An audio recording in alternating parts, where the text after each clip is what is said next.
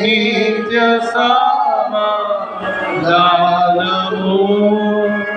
మధ్యపు గోడను కూలద్రోసెను, మధ్యపు గోడను కూలద్రోసెను. శాంతి మనకు సగెను, నిత్య శాంతి మనకు సగెను. సమాధానములో సమాధాన కర్త స్తోత్రములు, సమాధానములో